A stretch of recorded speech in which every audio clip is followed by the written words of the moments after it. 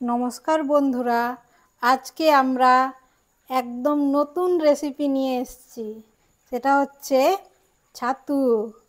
চলো তাহলে আজকে খুব সহজ সরল পদ্ধতিতে আমরা ছাতু রান্না করতে শিখব।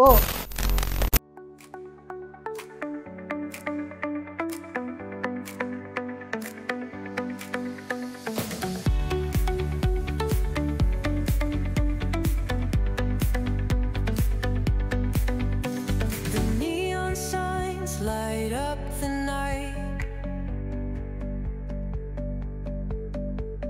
Electric hearts in a city so bright. এই যে দেখতে পাচ্ছেন বন্ধুরা, পুরো ফ্রেশ ছাতু। এটা আমাদের বাড়ির সামনে একটা জঙ্গল আছে, সেই জঙ্গল থেকেই নিয়ে এসেছি। কোনোদিন সুযোগ হয় তাহলে নিশ্চয়ই আপনাদেরকে আমাদের সেই জঙ্গলে নিয়ে যাব। চলুন তাহলে প্রথমে এটাকে ধুয়ে পরিষ্কার করে নিই। তাহলে আজকে কিভাবে ধুতে হবে সেই ধোয়াটাও আজকে শিখিয়ে দিচ্ছি। তার জন্য আমাদেরকে প্রথমে জলের মধ্যে এইভাবে ধুতে হবে। এই যে দেখতে পাচ্ছেন, এইভাবে ডুবিয়ে দিলাম, এইভাবে ঘষে ঘষে পরিষ্কার করলাম। এইভাবে প্রত্যেকটা ভালো করে ঘষে ঘষে পরিষ্কার করতে হবে। অনেক সময় মাটির নিচ থেকে হয়তো এটা উপরে উঠে আসে, তো কাদা লেগে থাকে। এবার দেখুন, এটা ধুয়ে দেখাচ্ছি।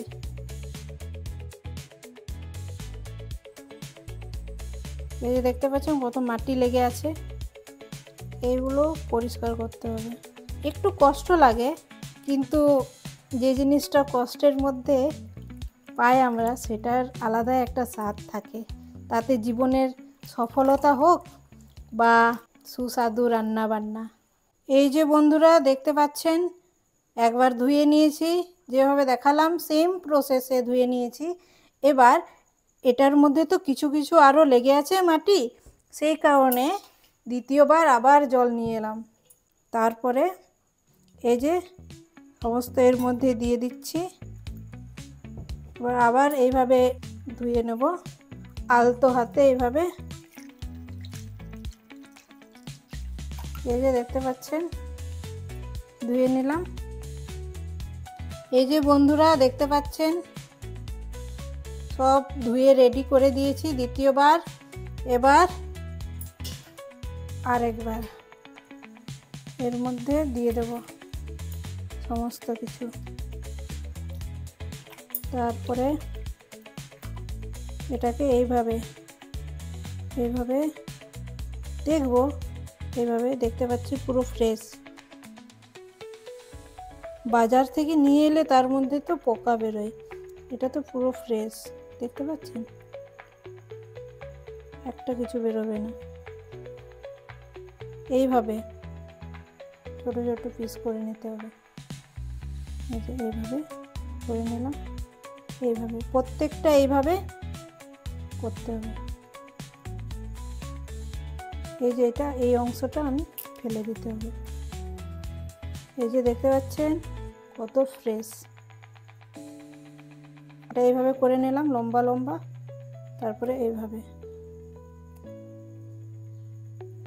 এই যে এই তো এইভাবে হয়েছে, বুঝতে পেরে গেছেন? এইভাবে এইটা একবার দেখিয়ে দিচ্ছি। দেখতে পাচ্ছেন কত ফ্রেশ। যারা জঙ্গলের ধারে পাশে থাকে তারাই জানে। এই যে কোনো পোকা নেই, দেখতে পাচ্ছেন? একদম জুম করে দেখাচ্ছি। এই যে এইভাবে দেখাচ্ছি, এই যে দেখা যাচ্ছে।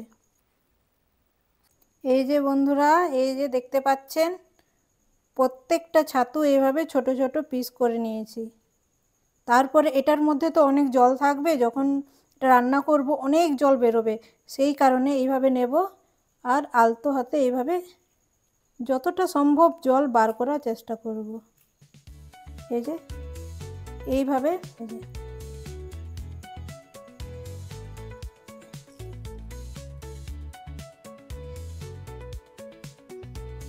এই যে বন্ধুরা দেখতে পাচ্ছেন ছাতুর মধ্যে থেকে সমস্ত জল বের করে দিয়েছি।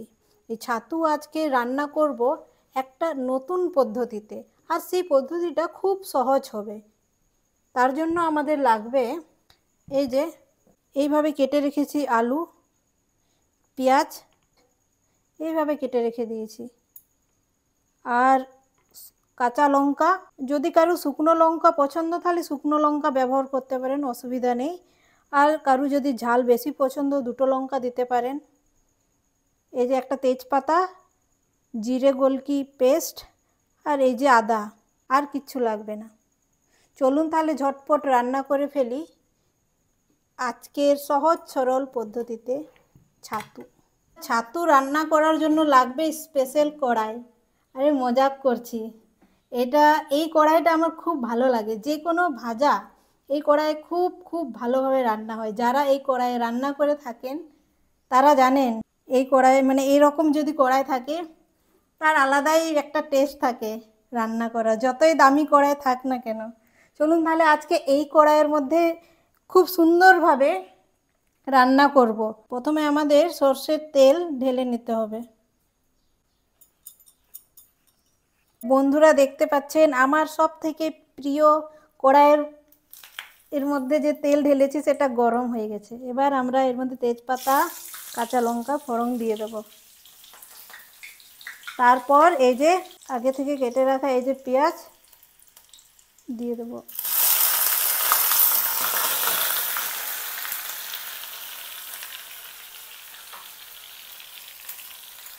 ভালো করে নাড়িয়ে চাড়িয়ে নেব। আমাদের আজকে যে পেঁয়াজটা ব্রাউন করার জন্য অপেক্ষা করতে হবে না, এরকম 30 সেকেন্ড আমাদেরকে নাড়িয়ে চাড়িয়ে নিতে হবে। তারপর এর মধ্যে আমরা এই যে দেখতে পাচ্ছেন ছাতু দিয়ে দিচ্ছি। এটার মধ্যে থেকে দেখবেন জল বেরোবে। গ্যাসের ফ্লেমটা মিডিয়াম রাখবেন, হাই রাখবেন না, লো রাখবেন না, মিডিয়াম রাখতে হবে। এই যে আগে থেকে কেটে রাখা আলু এর মধ্যে দিয়ে দিলাম। এখন কিন্তু লবণ দেব না, এমনিতে এর থেকে জল বেরোয় তো আগে থেকে লবণ ওই কারণে দেব না। এই যে বন্ধুরা দেখতে পাচ্ছেন জল বেরোচ্ছে, এই জলের মধ্যেই রান্না হয়ে যাবে আমাদের। এবার ঢেকে দেবো। এই ঢাকনা কিন্তু আমার মতনই হতে হবে সবার, আর কড়াই আমার মতো কালো না হলে, এইভাবে পুরনো কালো না হলে রান্না হবে না কিন্তু। আরে মজাক করছি, এরকম না। আপনার যে কড়াই থাকবে বাড়িতে সেটা দিয়ে রান্না হয়ে যাবে। এই যে বন্ধুরা দেখতে পাচ্ছেন সমস্ত জল শুকিয়ে গেছে, দেখতে পাচ্ছেন তেল ছেড়ে দিয়েছে। এই সময় আমরা পরিমাণ মতো লবণ দিয়ে দেব। এই যে বেটে রাখা জিরে গোলকি আর আদা এর মধ্যে দিয়ে দিলাম এক্ষুনি। এবার ভালো করে নাড়িয়ে চাড়িয়ে নেব। আহা, খুব সুন্দর একটা গন্ধ বেরোচ্ছে। গ্যাসের ফ্লেমটা এবার হালকা কমিয়ে দেব বা মিডিয়াম রাখবো, এটা নিজের ইচ্ছের উপর ডিপেন্ড করে। যদি সময় থাকে তাহলে কমিয়ে দিলে স্বাদ দ্বিগুণ পরিমাণে বেড়ে যায়, যদি হাতে সময় না থাকে তাহলে মিডিয়াম ফ্লেমে রাখবেন। এই যে দেখি কি রকম হয়েছে।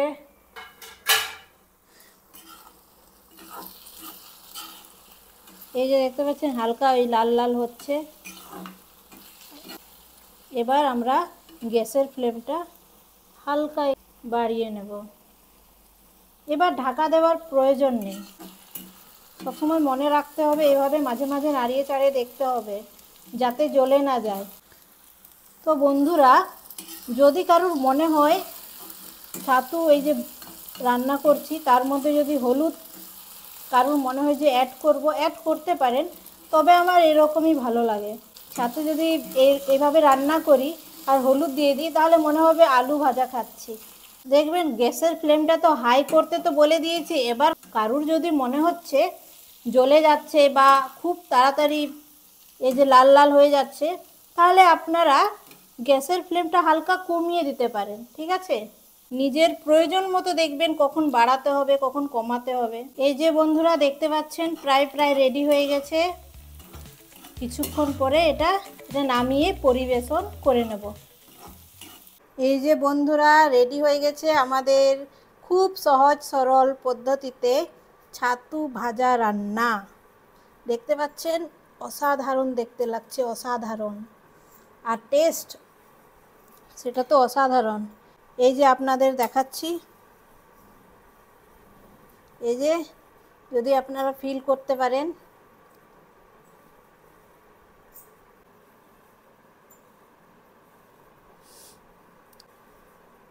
এই যে দেখতে পাচ্ছেন অসাধারণ লাগছে দেখতে, যা তার থেকে দ্বিগুণ পরিমাণে টেস্টি, সুস্বাদু, হেলদি। যদি আপনাদের বাড়ির সামনে যদি জঙ্গল থাকে অবশ্যই একবার দেখে আসবেন, যদি এরকম যদি পেয়ে যান ছাতু আমাদের মতো। আর যদি না পান তাহলে বাজারে চড়া দামে কিনতে হবে আপনাদেরকে, অনেক দাম বাজারে। যাই হোক, এই দিক দিয়ে আমরা ভাগ্যবান যে আমরা গ্রামে থাকি। তো বন্ধুরা এই যে ছাতু রান্না করেছি যে পদ্ধতিতে, তার থেকেও সহজ সরল পদ্ধতিতে আমরা রান্না করব নেক্সট ভিডিওতে।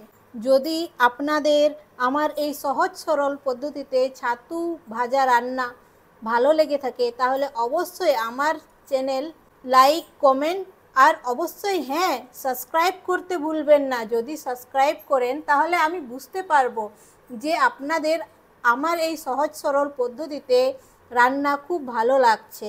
আজকে যেভাবে ছাতুটা আমরা রান্না করেছি এর থেকেও সহজ সরল পদ্ধতিতে আরেকটা নতুনভাবে আমরা রান্না করতে শিখব। আর হ্যাঁ বন্ধুরা, আপনাদের কাছে আমার আরেকটা প্রশ্ন রইল আজকে।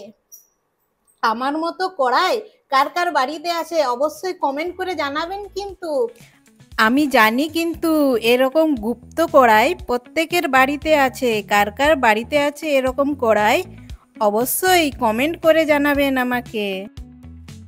ঠিক আছে বন্ধুরা, তাহলে আমাদের দেখা হবে নেক্সট ভিডিওতে।